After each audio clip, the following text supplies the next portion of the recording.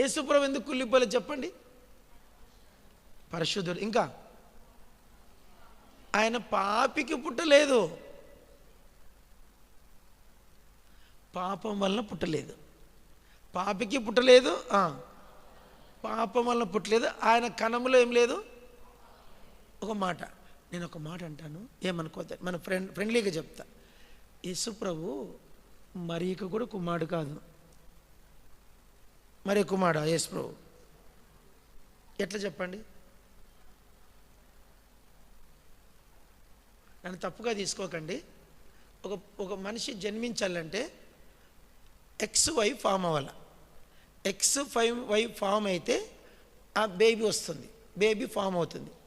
ఇప్పుడు యేసుప్రభులో వై లేదు చెప్పండి. వై అంటే మేల్ది, ఎక్స్ అంటే ఫిమేల్ది. యేసుప్రభులో ఏం లేదు, వై లేదు. ఓకే, ఎక్స్ ఉందా చెప్పండి? ఎక్స్ ఉందా? ఎందుకు లేదు? లేదని చెప్తున్నారు. ఎందుకు లేదు? నో, ఆమెకు డిజైర్ వలన పుట్టలేదు ఆయన. పెళ్ళి అంటే మీకు యవనస్తులు మీకు చెప్పకూడదు కానీ చెప్తున్నా, నన్ను క్షమించుగాక. ఆమె డిజైర్ వల్ల ఆమె డిజైర్ ఉంటే కదా ఆమె ఎక్స్ రిలీజ్ అయ్యేది. అర్థమైందా లేదా? డిజైర్ ఉంటేనే ఎక్స్ రిలీజ్ అవుతుంది, డిజైర్ ఉంటేనే వై రిలీజ్ అవుతుంది. XY కలిస్తేనే బేబీ. యేసుప్రభుకు వై లేదు, అది కన్ఫామ్. మరి ఎక్స్ కూడా లేదు ఆయనలో.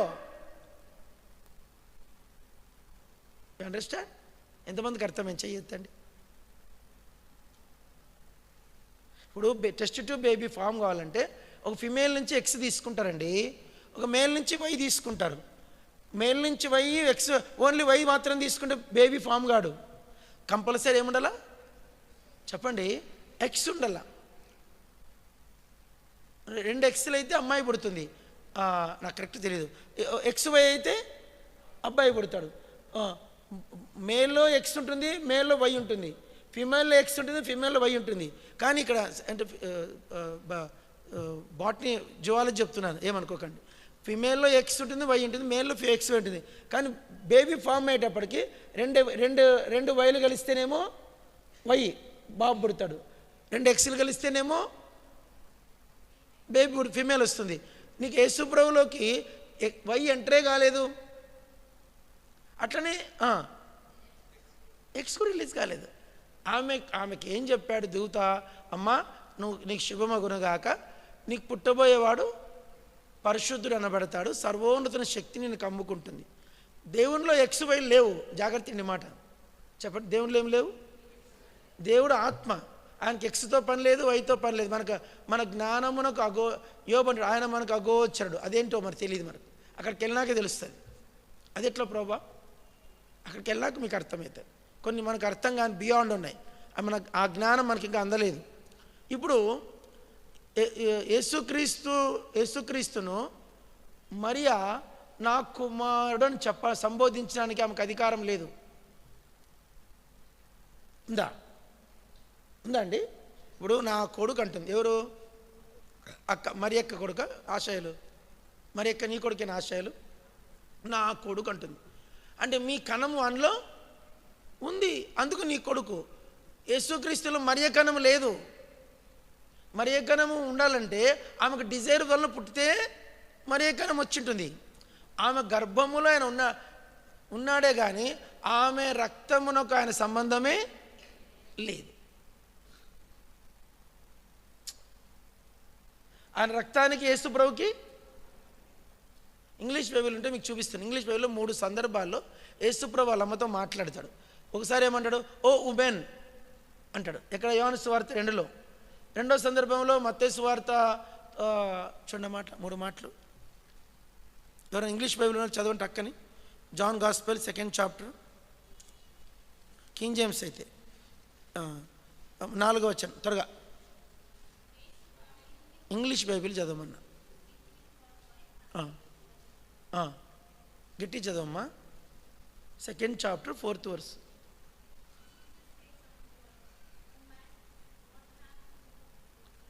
ఓ ఉమెన్ ఉందా మాట? ఉమెన్ ఉందా? యోహాను సువార్త 19.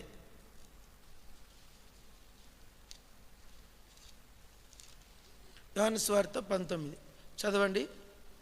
ఇదిగో నీ తల్లి, ఇదిగో నీ కుమారుడు. 26 వచ్చి చదవమ్మా. యేసు తన తల్లియు, ఇంగ్లీష్లో 26.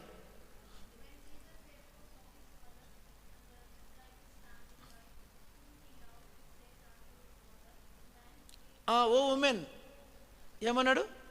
ఉమెన్. తర్వాత చదవండి మత్తయి సువార్త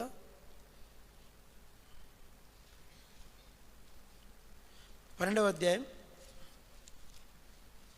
మత్తయి సువార్త 12వ అధ్యాయం. మత్తయి సువార్త 12వ అధ్యాయం చదవండి. 49, 50, 48, 45 చదవండి. లేడీ చదవమ్మా, సిస్టర్ చదవండి. ఇంగ్లీష్ బైబిల్ చదవండి.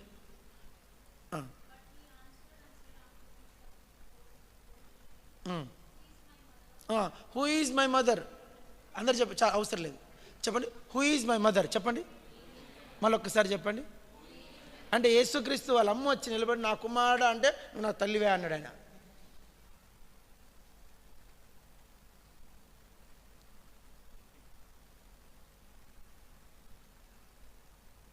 నా కుమారుడా, నిన్ను చూడలో నేను చెతుకుతున్నా, నేను చూడాలని వచ్చినా అంటే హూ ఈజ్ యూ అన్నాడు. నువ్వు నా తల్లివా? నా భాషలో నా తల్లి ఎవరు అన్నాడు.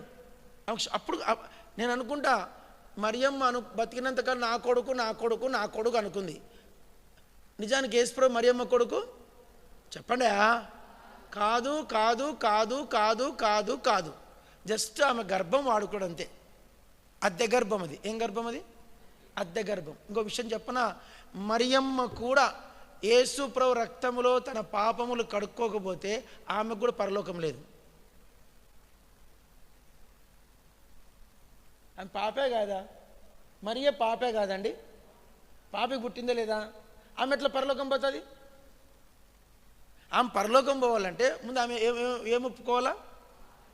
యేసుక్రీస్తు దగ్గర పాపం ఒప్పుకోవాలి. యేసుప్రభు ఆమె కూడా మనలాగా యేసుప్రభా నేను పాపిని, నా పాపాలు క్షమించు, నా కొరకు రక్తం గార్చిన అంటేనే పరలోకం ఆమెకు. ఆమె ఒప్పుకొని బాప్టిజం తీసుకున్న తర్వాతే నాకు పరలోకం. ఇంత చెప్పినా మీకు భయపడిపోతారు. మనం అందరం పరలోకం వెళ్తాం కదా, వెళ్ళమా? వెళ్ళినప్పుడు మనతో పాటు మరియ కూడా లేచి నిలబడుకుంటుంది, ఆమె కూడా ఆరాధన చేస్తుంటుంది. ఇది వాస్తవం. ఆమెకు 1% కూడా ప్రాముఖ్యత ఇవ్వడు యేసుప్రభు పరలోకంలో.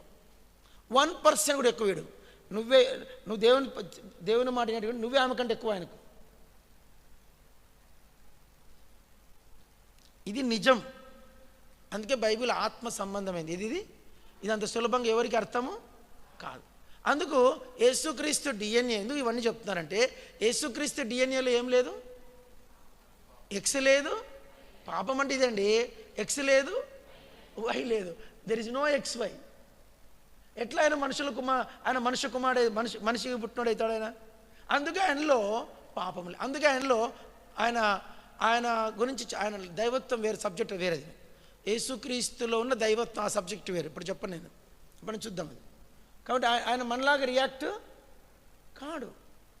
ఆయన మనలాంటి వాడు కాడు. ఆయన ఈజ్ కంప్లీట్ హెవెన్లీ. ఆయన సంపూర్ణంగా పరలోకానికి చెందినవాడు. చెప్పండి.